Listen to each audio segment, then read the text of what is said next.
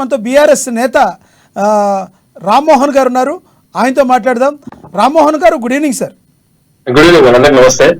రామ్మోహన్ గారు, ఎన్నికల సంఘం తక్షణమే స్పందించాలి, ఎవరికైనా ఏమన్నా సంఘం గురించి తక్షణమే దృష్టి సారించాలని, ప్రజలకి ఏమన్నా అనుమానాలు ఉంటే వాటిని నివృత్తి చేయాలని రాహుల్ గాంధీ డిమాండ్ చేయడాన్ని ఎలా చూడాలి? ఎన్నికల వ్యవస్థలో జవాబుదారీతనం లోపిస్తే ప్రజాస్వామ్యానికి అది పెను ప్రమాదమని రాహుల్ గాంధీ ట్వీట్ చేశారు. ఎలా చూస్తారు రాహుల్ గాంధీ గారి ట్వీట్ని?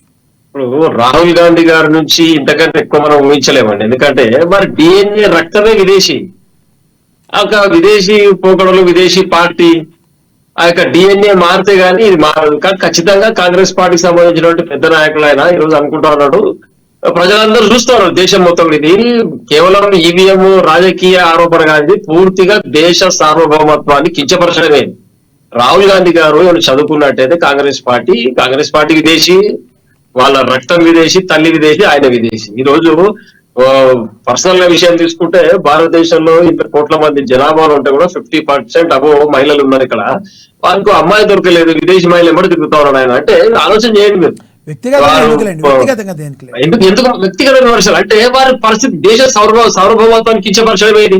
ఒక ఎన్నికలు పారదర్శకంగా జరగాలి, బూత్ క్యాప్చరింగ్ జరగొద్దు, రిగ్గింగ్ జరగొద్దు, బ్యాలెట్ బాక్స్ లో ఇంకులు పోసి బ్యాలెట్ పేపర్లు తగలబెట్టి బ్యాలెట్ డబ్బాలు ఎత్తుకుపోయి ఈ 5 దశాబ్దాల పాటు దేశాన్ని పరిపాలించిన కాంగ్రెస్ పార్టీ చేసిన మొత్తం చరిత్ర అందరూ తెలుసు.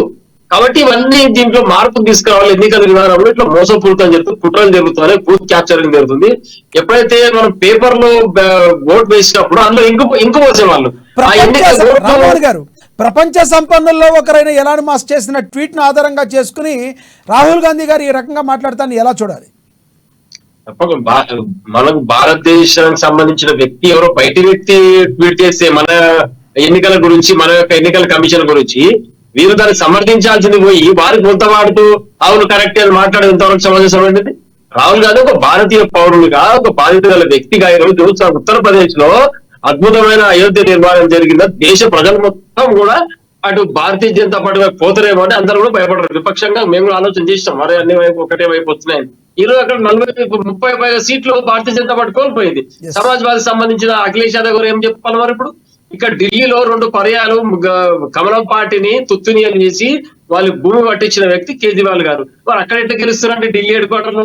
కాబట్టి ఇవన్నీ గెలిచినప్పుడు ఒక లెక్క, ఓడిపోయినప్పుడు ఒక లెక్క మాట్లాడడం పూర్తిగా ఆత్మహత్య సదృశం. ఇది ఒక బాధ్యత గల పార్టీ, పెద్ద పార్టీ భారతదేశంలో కమలం పార్టీకి మేమే ధీటుగా మాట్లాడే ఒక కాంగ్రెస్ పార్టీ నాయకుడు రాహుల్ గాంధీ గారు ఇట్లా మాట్లాడే ఆత్మహత్య సదృశం ఇది. దీనికి తప్పకుండా కాంగ్రెస్ పార్టీ అందరూ సమాధానం చెప్పాలి.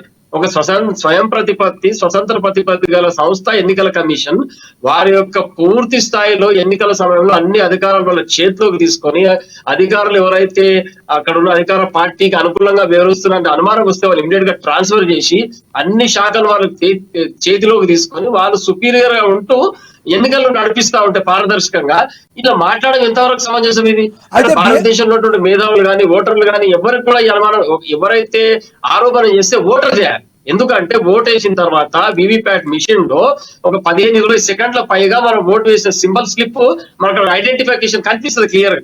ఓటు వేసినప్పుడు ఆ వ్యక్తి ఆరోపణ చేసి దీని గురించి మనం ఆలోచన చేయాలి. కానీ ఒక పార్టీకి సంబంధించిన వ్యక్తి రాహుల్ గాంధీ గారు పెద్ద స్థానం కూర్చొని రాజకీయ ఆరోపణ చేసి దేశాన్ని కించపరిచినట్టేవారు.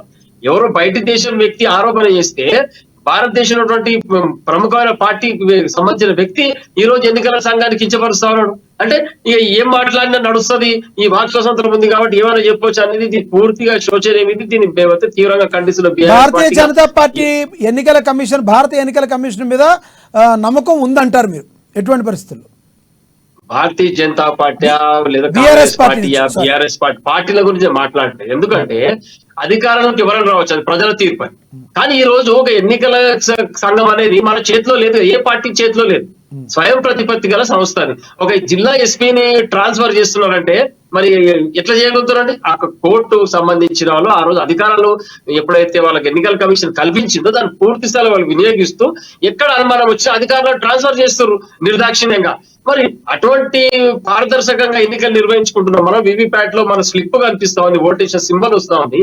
దాన్ని వారు లెక్క చేయకుండా అడ్డగోలుగా మాట్లాడడం, విదేశీ వ్యక్తి ఎవరో ట్వీట్ చేసిరని చెప్పి ఈయన దానికి మొత్తం వాడుతూ అవును నాకు అనుమానం ఉందంటే మరి 99 సీట్ల గెలిచి ఎట్లా గెలిచిరండి అక్కడ సమాజ్వాదీ ఎట్లా గెలిచింది, ఇక్కడ యూపీలో వీళ్ళు ఎట్లా గెలిచినారు, ఢిల్లీలో కేజ్రీవాల్ గారు ఎట్లా గెలిచినారు, తెలంగాణలో కూడా కాంగ్రెస్ గెలిచింది. నవీన్ పట్నాయక్ గారు ఓడిపోయారు అక్కడ. అవును, అంత పెద్ద నవీన్ పట్నాయక్ గారు 5 పర్యాయాలు రాష్ట్రాన్ని పరిపాలించిన ఒరిస్సా సీఎం గారు ఓడిపోతే వారు ఒక మాట మాట్లాడలేరు.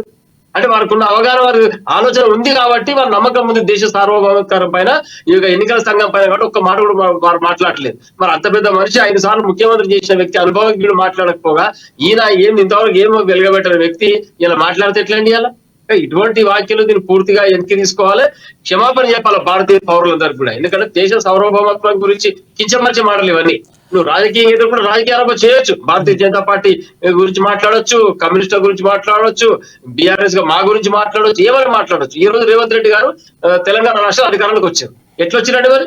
ఇదే మిషన్ ట్యాంపరింగ్ చేసి వచ్చిరా? మరి దీని గురించి సమాధానం చెప్పాలి రాహుల్ గాంధీ గారి. కాబట్టి ఇటువంటి మాటలు, చెడ్డ మాటలు మాట్లాడడం దీన్ని పూర్తిగా తప్పు. ఎందుకంటే అప్పుడప్పుడు మీరు దేశ సమాజ రక్షకుల పైన, ఆర్మీ పైన కూడా కించపరిచే మాటలు మాట్లాడుతున్నారు. దీన్ని కూడా మేము తీవ్రంగా ఖండిస్తాం. ఇటువంటి మాటలు బంద్ చేయాలి. ఒక దేశం గురించి వచ్చినప్పుడు పార్టీ సంబంధం లేదు, రాజకీయం సంబంధం, అందరూ ఒకటే. మనం అందరూ భారతీయులం. భారతదేశ సార్వభౌమాధికారాన్ని కాపాడాలి, మన యొక్క విలువలు కాపాడాలి. మనం పోయి పక్క దేశంలో మాట్లాడేటప్పుడు అత్యంత విలువతో మాట్లాడాలి. మీరు పక్క దేశం పోయి కూడా భారతదేశం గురించి కించపరిచే మాటలు మాట్లాడతారు.